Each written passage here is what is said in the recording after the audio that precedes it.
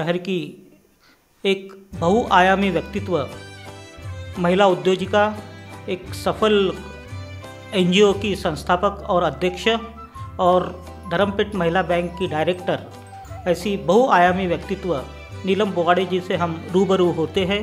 आपने सबसे पहले तो जो एक एनजीओ बनाया है मनस्विनी, वो क्या मनस्विनी, कैसे आपने क्या आइडिया की या किस तरह से उसने रूप लिया? नमस्कार। मेरा जो एनजीओ है वो हमने इस तरीके से बनाया क्योंकि मैं काफ़ी सालों से सोशल लाइफ में एक्टिव रही हूँ।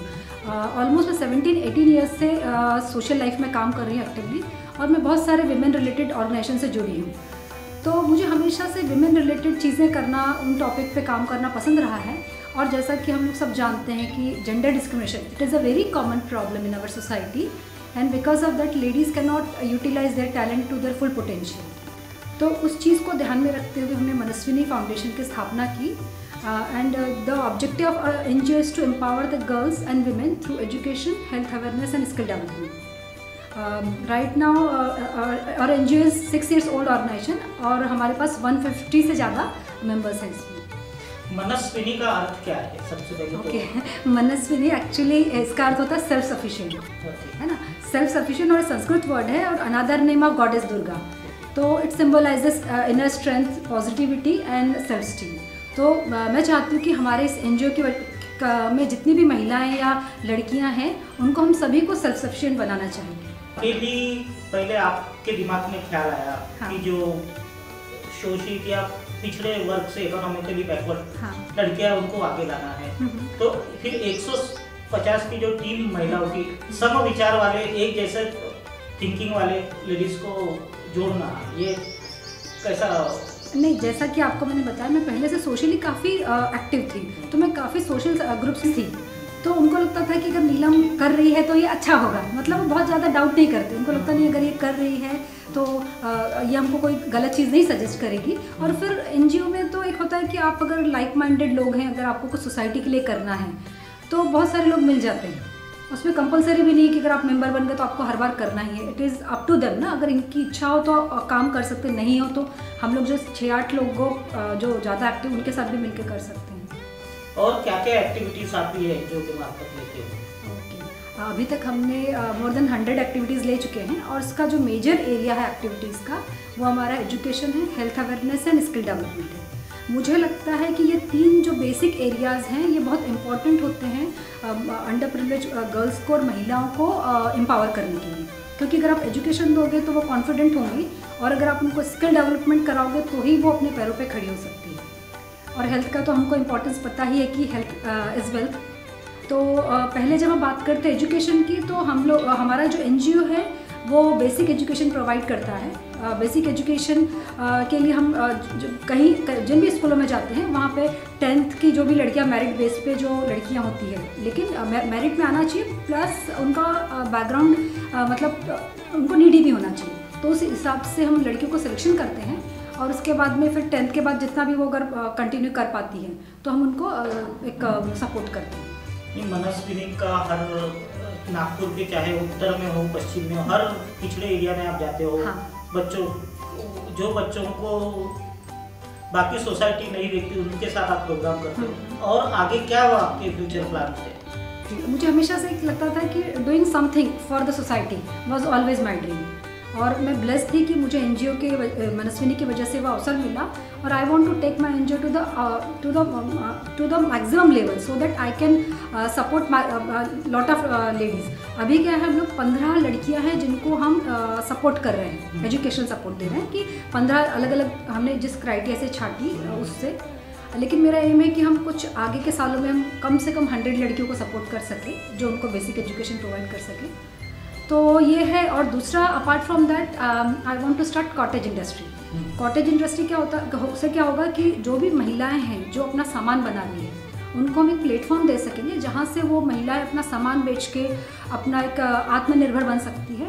तो ये 2 चीज़ें हैं कि मैं करना चाहूँगी। एक तो आप स्वयं धर्मपेट महिला में डायरेक्टर हो, विदर्भ इंडस्ट्रीज एसोसिएशन में एक बहुत बड़ी जवाबदारी है, और एक सफल उद्योजिका भी हो।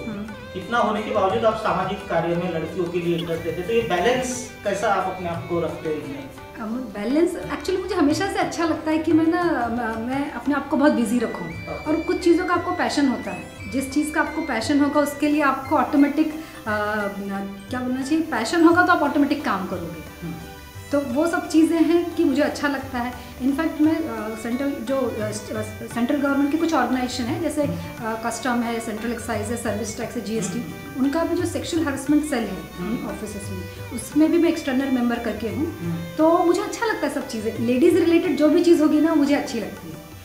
एक दो बार आपने नागपुर का नाम मुंबई में फैशन शोज में भी उजागर किया, उसमें भी आपको दिलचस्पी है? हाँ, उसके बारे में बताइए। मुझे दिलचस्पी ऐसे है कि मुझे हमेशा से, मैं जब कॉलेज के टाइम में भी थी तब भी मुझे फैशन शोज़ या ये ग्लैमरस चीज़ें करना पसंद था, बट फिर बाद में कभी ऐसा मौका नहीं मिला। लेकिन जो बोलते हैं ना कि अंदर से था कि कभी अगर मुझे अपॉर्चुनिटी मिली तो करूँगी, बट इसके बाद काफ़ी टाइम चला गया, कभी ऐसा हुआ नहीं। और कुछ जो मेरी क्लोज फ्रेंड्स थी वो हमेशा बोलती थी नीलम ये करना है, बट मुझको ऐसा बहुत टेक्निकल नॉलेज नहीं था कि जो एक पाजेंट्री में जाने के लिए टेक्निकल नॉलेज चाहिए। इवन फैशन शो वगैरह किए थे, बट ये नहीं किया था, पाजेंट में नहीं गई थी पहले। तो मुझे लकीली एक मुंबई के एक कोच है, वो मेरी उनसे मुलाकात हुई और उन्होंने मुझे और इंस्पायर किया कि तुम कर सकते हो, चलो एक बार ट्राई करके देखो। तो देन आई ट्रेंड फ्रॉम एप्सिल, जो कि मुंबई में बेस्ड है और इंडिया का काफ़ी वेल नोन पैजेंट एकेडमी है। वहाँ से मैंने ट्रेनिंग ली और फिर उसके बाद एक नेशनल लेवल का ब्यूटी पैजेंट था जो मुंबई में था, उसमें ट्राई किया। तो लकीली और God's grace I won that competition with a subtitle. तो ये बहुत अच्छा और प्लेजेंट एक्सपीरियंस था मेरे लिए। और मुझे बाकी चीज़ें कुछ नहीं कि उसमें बहुत कुछ आगे करना था, वैसा नहीं, बट मैं हमेशा सोचती हूँ कि कोई भी चीज़ आप लाइफ में करो उसे लर्निंग क्या मिले। तो उस पैजेंट ने मुझे सिखाया कि it is never too late to realise your dream, कि ऐसा नहीं कि अभी आप 40 इयर्स में चले गए तो अभी आपके ड्रीम रियलाइज़ नहीं कर सकते। आप कुछ भी कर सकते हो, आप कितने भी टाइम के बाद आपके जो ड्रीम्स उनको आप पूरा करने की कोशिश तो कर सकते हो। तो अच्छा लर्निंग एक्सपीरियंस था।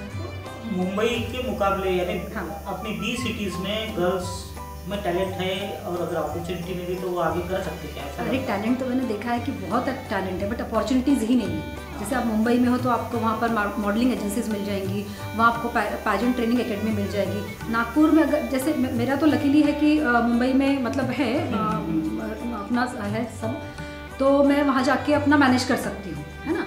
बट कई लोगों का ऐसा है कि अगर नागपुर से वहाँ जाना है तो सभी लोग उस चीज़ को वो नहीं कर पाएंगे ना, कि नागपुर से मुंबई जाना, फिर इतना ट्रेनिंग चीज़ें लेना, ये वो।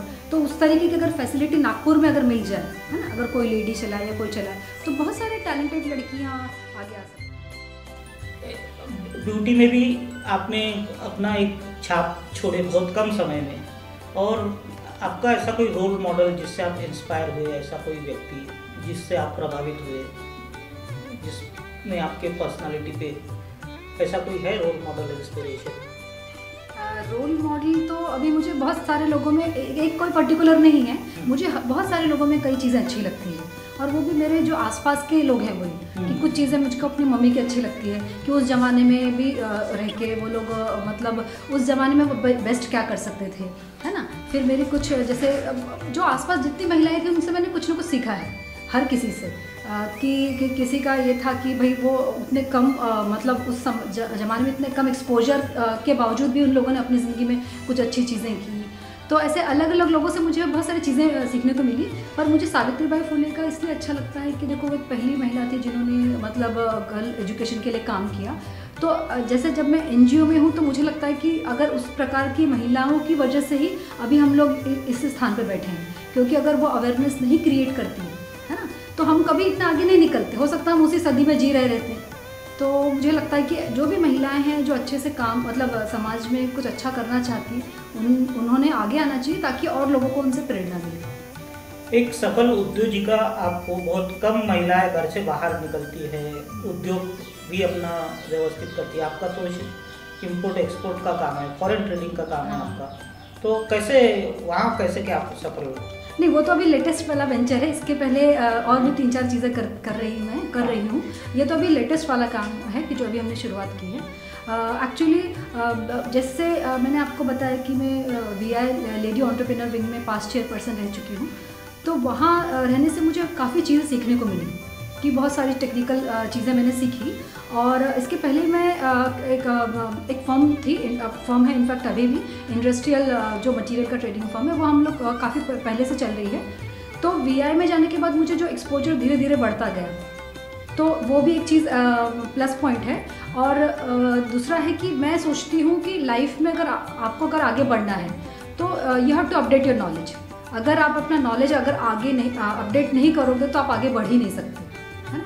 और दूसरी चीज़ है कि as a woman entrepreneur I want to say कि जो भी महिला है जिनको आगे काम करना है कि आइडेंटिफाई योर पैशन, आपका जो भी पैशन है ना, then convert it into your profession. Passion को आपने आइडेंटिफाई किया, देन आप उसको प्रोफेशन में कन्वर्ट कर लो, then create your own identity and be financial independent. क्योंकि बहुत बार होता है कि हमने पढ़ाई कुछ और की है ना। जैसे मैंने साइंस ग्रेजुएशन साइंस में किया, देन फिर मैंने एमबीए किया, फिर देन मैंने तो मेरा जो चीज़ें आर्ट भी पढ़ा, साइंस भी पढ़ा, मैंने मैनेजमेंट भी पढ़ा, बट मेरा जो करियर उसमें ये चीज़ें नहीं है ना। वो चीज़ें कुछ अलग डायरेक्शन में चली गई। तो ज़रूरी नहीं कि आपने जिस चीज़ में पढ़ाई की उसी में आपको करियर बनाना है। आपको अगर आपकी पसंद के हिसाब से कुछ और चीज़ें लगती तो आप उसमें भी अपना करियर बना सकते हैं। आपके इंटरेस्ट और पर्सनालिटी के हिसाब से अगर मैं बोलूँ कि आपको किसी एक को चुनना है, हाँ, आइदर वुमेन एंटरप्रेन्योर और ब्यूटी डिजाइनर, हाँ, तो और सोशल वर्कर, तो आप किस चीज़ को प्रायोरिटी? नहीं, मुझे सोशल वर्कर वाला इसलिए अच्छा लगेगा क्योंकि देखो ब्यूटी पैशन का तो मेरा जैसे एज बढ़ते जाएगा वो लिमिटेड ही रहेगा, ठीक है।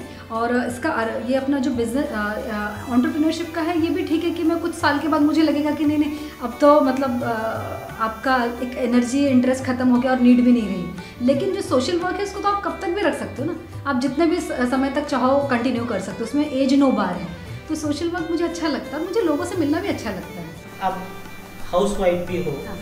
तो घर वाले आपको सपोर्ट, फैमिली का सपोर्ट आपको कैसा रहता है, और इसमें कार्य में आपको उनका मोटिवेशन वगैरह फैमिली से मिलता है कि नहीं? हाँ, मतलब बिना फैमिली के सपोर्ट के तो आप ज़िंदगी में कुछ कर ही नहीं सकते। क्योंकि मुझे लगता है जब तक अगर आपकी फैमिली आपको सपोर्ट नहीं करती है, आपको जो इमोशनली जो सपोर्ट होता है वो पहला फैमिली से मिलता है। तो मतलब मैं बहुत लकी हूँ कि मुझको मेरे हस्बैंड है इतने सपोर्टिव है कि उन्होंने मुझे बहुत चीज़ों के लिए पुश किया। इवन दो वो दिखेंगे नहीं आपको, मतलब दिखेंगे मीन्स ऐसे सोशली बहुत वो नहीं दिखेंगे कि हाँ, लेकिन उन्होंने मुझे हमेशा मतलब चीज़ों के लिए मोटिवेट किया कि तुम ये कर सकती हो, वो कर सकती हो। कई चीज़ें तो ऐसी थी कि मुझे भी नहीं पता था मैं कर सकती हूँ, बट एक जो मेंटरिंग करना होता है वो उन्होंने मुझे हमेशा मेरा मेंटरिंग किया।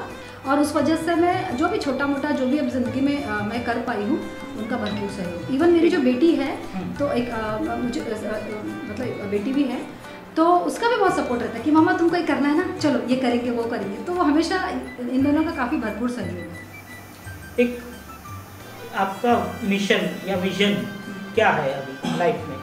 मिशन और विजन यही है कि लाइफ जैसे बहुत ज़्यादा प्लान करने से तो कुछ नहीं। अभी तो इतना कोरोना वाला टाइम हो गया कि लाइफ में आपको हर चीज़ अनसर्टेन है ना।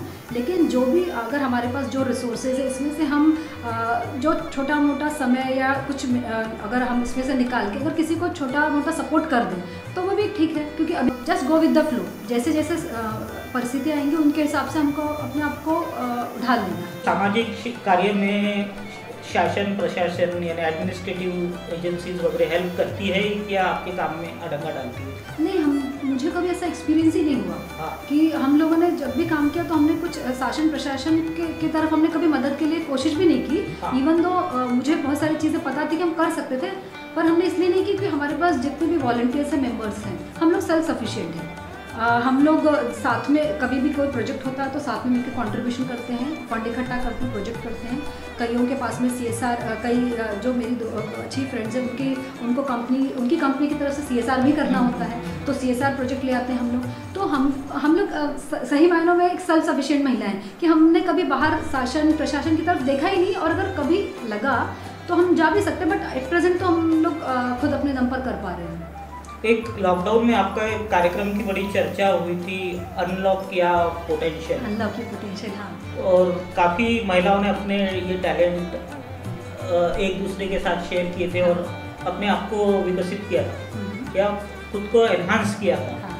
तो ऐसा बाकी जो मध्यम वर्ग की महिलाएं वगैरह उनके लिए आप कुछ है क्या योजना ऐसा कार्यक्रम रखने की? उस समय जब हमने ये किया था तो लॉकडाउन होने से सभी जो लेडीज़ थी हमारे साथ ग्रुप की, वो बहुत पैनिक हो गई थी कि लाइफ कैसे आगे जाएगी, क्या जाएगी। तो उस टाइम को हमने यूटिलाइज ऐसे किया कि आप दिन भर घर में बैठे आप कुछ कर नहीं पा रहे हो, तो बहुत जो हमारी 150 लेडीज़ हैं मेरे साथ में, उनमें बहुतों में बहुत सारा टैलेंट है कि कई लोग बहुत ही ब्यूटीफुल चीज़ें, हैंडमेड चीज़ें बनाते हैं, या कुछ कईयों को कुकिंग का शौक़ है, या फिर बहुत सारे अलग अलग प्रकार के टैलेंट है।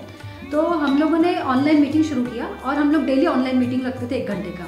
तो उसमें वेरियस स्किल्स जैसे कि गार्डनिंग हो गई, या फिर कुकरी हो गया, पेपर बैग मेकिंग हो गया, बहुत सारी चीज़ें। तो जो हमारा टैलेंट जो कहीं यूज़ भी नहीं हो रहा था इन पर, तो डेली बेसिस पे हम एक एक चीज़ शेयर करते थे और उससे बाकी सबको भी अच्छा लगता था कि एटलीस्ट हम कुछ नया सीख रहे हैं। तो वो बहुत इंटरेस्टिंग था। और जिनके भी कई लोगों को एक होगा कि जिन्होंने एज ए ट्रेनर कभी ज़िंदगी में काम भी नहीं किया था या उनको अपॉर्चुनिटी नहीं मिली होगी, उन्होंने भी उस चीज़ को एक्सप्लोर किया और अब वो छोटे छोटे वर्कशॉप लेने लग गए। तो एक अच्छा था।